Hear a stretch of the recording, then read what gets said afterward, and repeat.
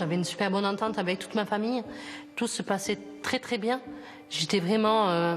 il me manquait rien. J'ai eu la chance d'avoir des parents qui m'ont gâtée, qui m'ont apporté ce dont j'avais besoin, qui m'ont fait du bien. J'avais aussi beaucoup de liberté. Et dans cette liberté-là, un jour, il m'arrivait ce malheur.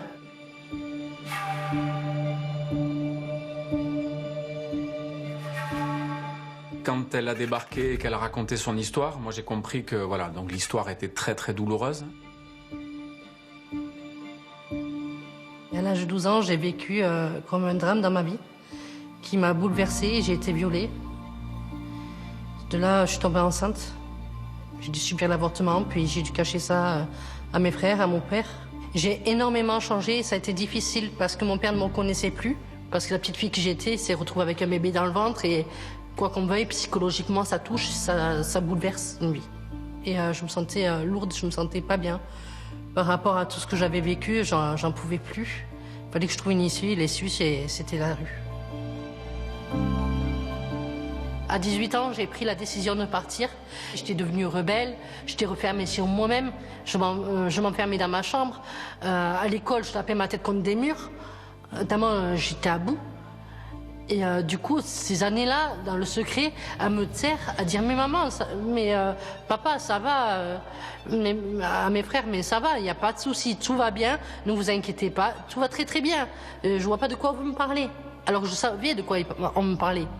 Donc, en disant « Tout va bien », je mentais, parce que ça allait pas.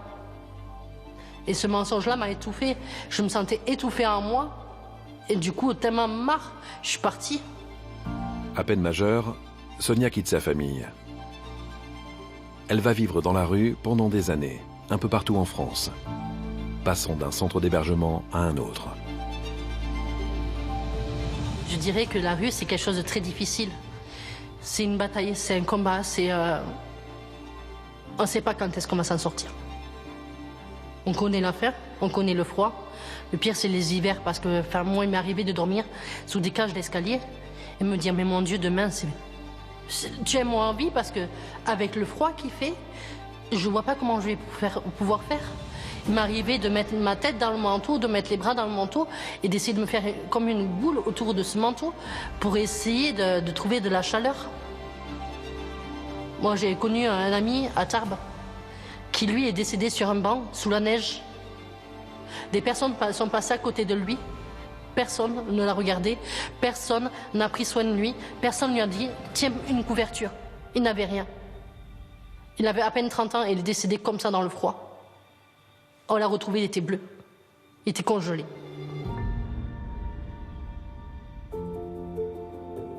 Quelques années plus tard, alors qu'elle est à Montélimar, une femme lui offre un livre qui va changer sa vie. Et en fait, ce livre-là, c'est d'un homme qui a été abandonné, qui a vécu les pires souffrances. Et petit à petit, Dieu l'a changé. Quand je mendiais, le regard des personnes était difficile, était mauvais. Et je me sentais rabaissée, je me sentais rejetée, incomprise. Et donc ça a été compliqué. Et ce livre-là m'a donné la foi. Il m'a dit, bon voilà, Dieu, il va te regarder différemment. Les gens, ils te regardent d'une manière, mais moi, je vais te regarder avec un regard différent. Et je te regarde déjà. J'ai compris qu'il y en a un qui m'aimait au-delà de toute chose et qui m'aimait tel que j'étais, c'était Dieu, c'était Jésus. Donc j'ai voulu accueillir cet amour dans ma vie. C'était très mal accueilli en fait, il y avait beaucoup de moqueries. C'était « mais qu'est-ce que tu dis, tu te rends pas compte, t'es devenue folle ». Et moi je disais « non, je suis pas devenue folle, je suis moi-même ». À bout de force et déterminée à changer de vie, Sonia demande un miracle à Dieu, celui de la sortir de la rue. Elle prend alors son courage à deux mains et visite un appartement dans l'espoir fou de pouvoir le louer. Il y avait des personnes ingénieurs, il y avait des personnes papa-maman cautionnaires, il y avait des personnes, enfin ils avaient ce qu'il fallait. Moi j'avais rien, mais vraiment rien. Juste ma chienne, mon sac à dos, et je n'étais pas spécialement propre. Première question, pourquoi vous voulez cet appartement? Je dis voilà, je viens de la rue, je suis fatiguée, j'en peux plus, je suis à bout. J'ai pas envie de mourir dans la rue, j'ai envie de vivre, j'ai envie d'avoir un logement. J'ai pas d'argent, j'ai rien. Je dis mais par contre, quand j'aurai de l'argent, je vous paierai vos loyers. Puis on verra. Et du coup, c'est tout ce que je pouvais lui dire. Aide-moi, je veux sortir de la rue. Et du coup, ce qui s'est passé, c'est qu'à la fin, il a dit bon, écoutez, visite terminée, on s'arrête là. Tout le monde va pour partir, et là, il me tape sur l'épaule, il me regarde, il me montre la clé, il me fait, tiens, c'est chez toi. Et il m'a donné la clé. Là, j'ai fait, Seigneur, le miracle, il est là, c'est bon. On m'a peut-être dit que j'y arriverais pas, on m'a peut-être dit que de toute façon, c'était le destin, quand on est à la rue, on reste à la rue, que ce serait pas facile. Mais mon Dieu, maintenant, j'ai un toit au-dessus de ma tête, plus fidèle, il n'y a pas. Sonia, pour moi, c'est une leçon de vie.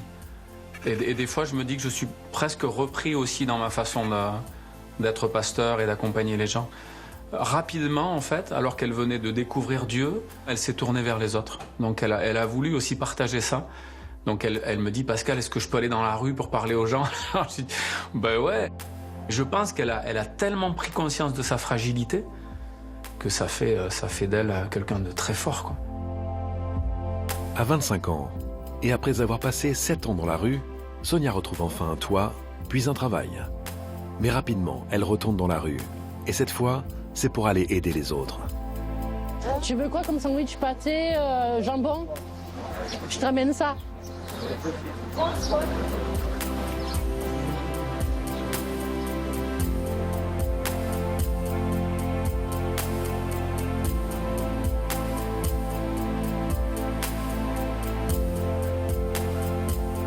Je sais qu'au début, ça a été chaud de revenir vers vous, tout ça, que je suis sortie de la rue.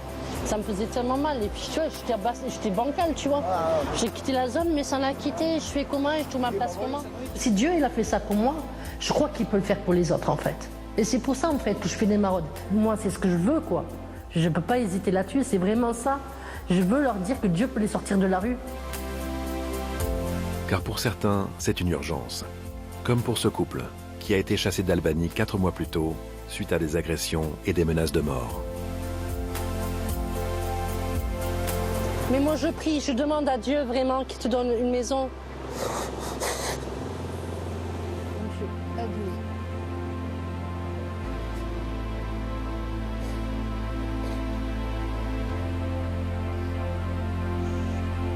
Les personnes qui sont à la rue, elles ont soif d'une chose. Elles ont soif d'amour. Elles ont soif de compréhension. Elles ont soif d'écoute. Et quand j'ai compris que Dieu était cet amour-là, et qu'il n'y avait pas d'amour plus fort, ben là, je n'ai pas hésité à prendre contact avec lui et à lui confier ma vie, parce que j'avais personne à qui confier tout ce que j'avais dans mon cœur.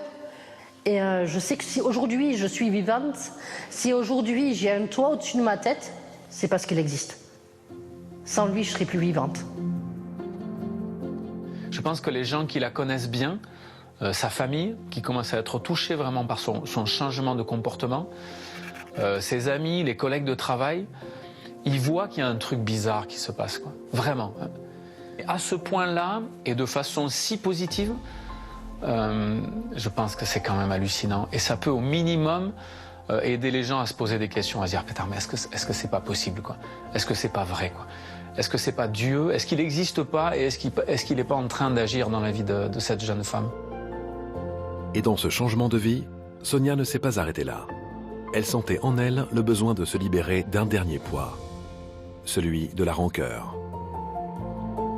En fait, pour moi, c'est important de pardonner parce que Dieu m'a pardonné beaucoup de choses. Ce pardon-là, c'est aussi pardonner à celui qui m'a fait du mal. J'ai pardonné à celui qui m'a violée. Parce que j'espère qu'un jour, Dieu va toucher son cœur. En pardonnant, j'ai réussi à me délivrer de la souffrance. C'est ce qui m'a aidée. Vraiment, si je ne serais pas passée par le pardon, je n'aurais pas reçu une totale délivrance. Je voulais que ce soit moi-même qui prenne la décision envers Dieu d'avancer. Je voulais que ce soit moi-même qui aille jusqu'au bout.